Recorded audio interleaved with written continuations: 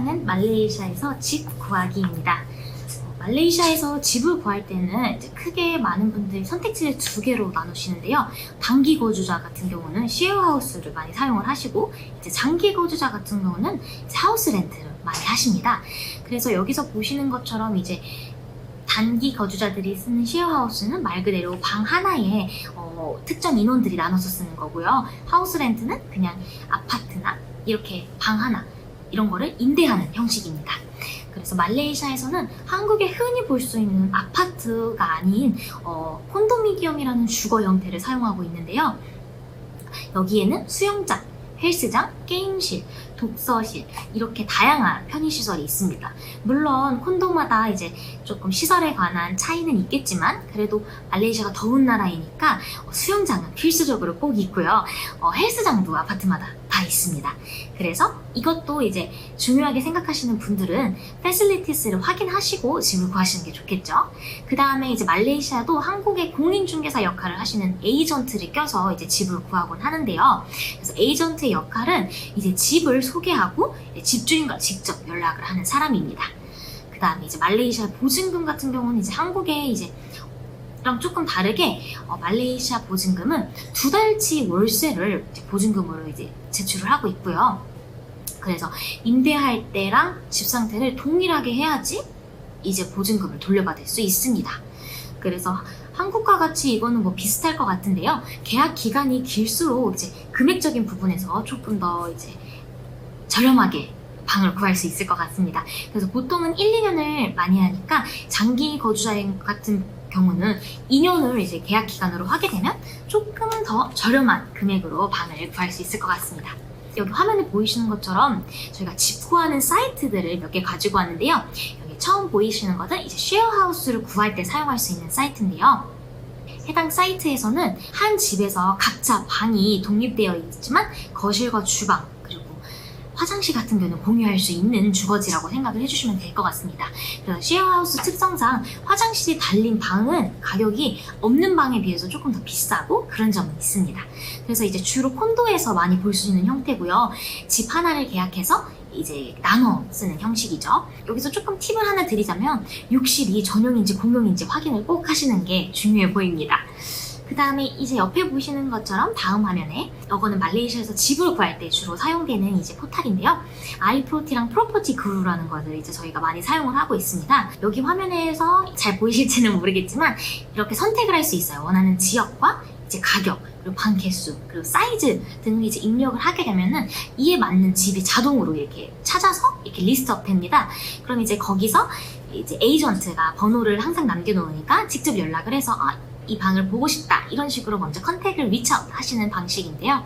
계약 전에 직접 가서 볼 수 있을 수도 있고 없을 수도 있기 때문에 중개인한테 집주인과의 연락처를 공유 부탁하던지 아니면 사진을 조금 다양하게 찍어달라고 부탁을 하시는 게 또 중요할 것 같습니다.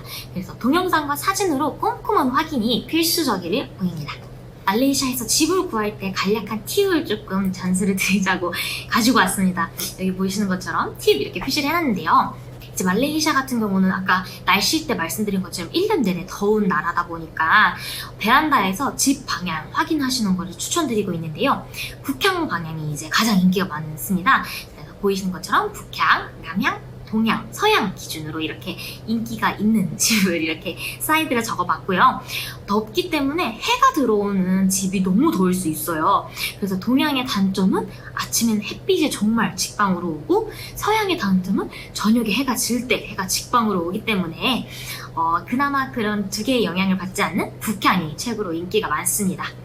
그 다음에 이제 말레이시아도 물이 깨끗하지 않은 아파트가 있을 수 있어요. 왜냐하면 수도관을 공유하기 때문에 신축이든 구축이든지 특정상 이제 수질이 좋은 편이 아니어서 필터를 꼭 사용하시는 걸 추천드리고요.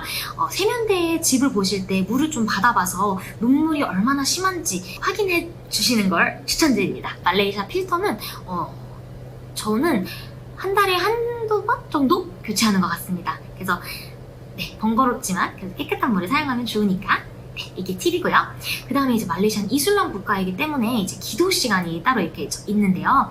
그런 소음이 싫으신 분들은 모스크 위치를 꼭 확인하셔서 집 근처에 모스크가 있는지, 모스크가 있어도 소리는 좀 어떤 편인지 이런 걸 확인을 꼭 하시는 걸 저희 말씀드리고 있습니다. 기도하는 시간대에 맞춰서 아파트를 한번 그 주변을 방문해 보셔서 소음이 어느 정도 되는지 확인해 주시는 걸 추천드립니다. 그 다음에 이제 말레이시아는 분리수거를 그렇게 많이 하는 나라는 아니에요. 그렇기 때문에 이제 쓰레기장의 위치도 항상 확인해 주시는 게 너무 필요할 것 같습니다.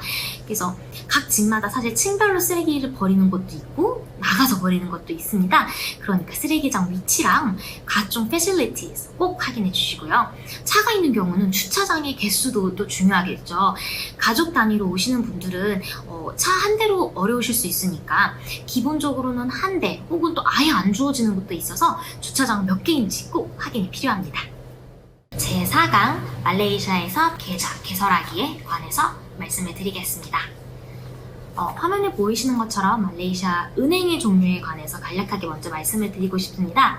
제가 가져온 거는 총 3개의 은행인데 흔히 외국인들이나 한국분들이 말레이시아에서 많이 사용하는 은행으로 가지고 와서 설명을 드리려고 합니다.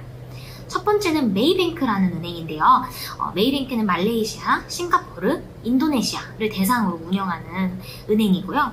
말레이시아에서 가장 높은 은행 브랜드를 가지고 있는 은행이기도 합니다. 그래서 점유율이 무려 50%나 되고요.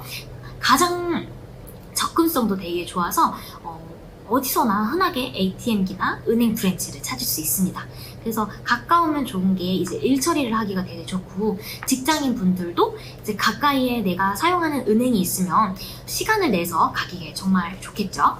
그 다음에 2번은 CIMB 은행입니다. 말레이시아에서는 2위를 차지하고 있고요. 메이뱅크처럼 접근성이 뛰어나서 쇼핑몰, 지하철역, 학교 등등의 공공시설에서 쉽게 찾을 수 있습니다. 그래서 이거 또한 한국인 분들도 굉장히 많이 사용하는 은행이라고 말씀을 드릴 수 있습니다. 마지막으로는 RHB 뱅크인데요. 말레이시아에 본사를 둔 은행입니다. 그래서 말레이시아에 278개의 지점을 두고 있으면서 이슬람 금융 서비스나 상품을 제공하는 은행인데요. 앞서 말씀드렸던 메이뱅크나 CIMB에 비해서 접근성은 조금 떨어지고 이제 인지도도 조금 떨어지지만 외국인들에게 쇼핑몰에서 흔하게 ATM기를 찾을 수 있기 때문에 말레이시아 내에서 굉장히 많이 사용하는 은행 브랜드 중에 하나입니다. 그래서 제가 이제 말씀드릴 거는 통장이나 계좌를 개설하실 때 참고할 수 있는 사항들인데요. 필요한 서류는 사실 은행마다 조금은 다를 수 있지만 대부분 공통적으로 필요한 서류를 제가 이렇게 가지고 왔습니다. 그래서 화면을 한번 같이 보시겠습니까? 보시면은 이제 여권 항상 외국인들은 말레이시아에서 거주하실 때 소지하고 다니시는 게 좋습니다. 일 처리할 때는. 그 다음에 이제 말레이시아에서 합법적으로 거주하는 증명서, 거주 허가증이나 비자 등을 말하는 거고요. 3번으로는 이제 고용주의 편지나 재직 증명서를 해서 내가 여기서 일을 하는 직장인이다 뭐 이렇게 말씀하고 보여줄 수 있는 그런 컨퍼메이션 레터가 필요하고요. 네 번째로는 최소 개설 보증금 또 혹은 예치금 있어서 이제 은행마다는 다르지만 예치금은 250링깃 정도를 항상 이렇게 넣어놔서 이제 은행을 개설하는 겁니다. 그 다음에 이제 마지막으로 집 계약서나 공과금 고지서 같은 것을 이제 요구하는 은행이 있을 수 있어서 은행마다 추가적으로 필요할 수 있는 서류 마지막 거는 그렇게 생각을 해주시면 될 것 같습니다. 그래서 이제 팁을 조금 드리자면 말레이시아 은행은 같은 은행이더라도 지점마다 요구하는 서류가 다를 수 있어요. 계좌를 개설할 때나 그럴 때. 그래서 은행에 필요한 서류를 먼저 확인을 해보셔서 전화를 하던가 아니면은 그 앱이나 웹의 CS를 통해서 전화를 하셔서 필요한 서류를 먼저 확인해 보시고 모든 서류를 다 가지고 은행에 가시는 걸 추천드립니다. 말레이시아가 일처리가 빠른 편이 아니기 때문에 한 번 가실 때 모든 서류를 준비하시는 걸 전 추천드립니다. 그 다음에 이제 비자가 만료되면은 은행에 가서 비자 갱신된 거를 꼭 업데이트를 해주셔야 됩니다. 개인정보이기 때문에 이 부분은 은행에서 꼭 업데이트를 해주셔야 되고요. 마지막으로는 제가 방금도 살짝 말씀드렸지만 일자리가 조금 느린 편이기 때문에 은행을 방문하시려면 은행이 오픈한 바로 직후나 아니면 점심 이후 오후 한 2-3시 정도에 은행을 방문하시는 걸 추천드리고요.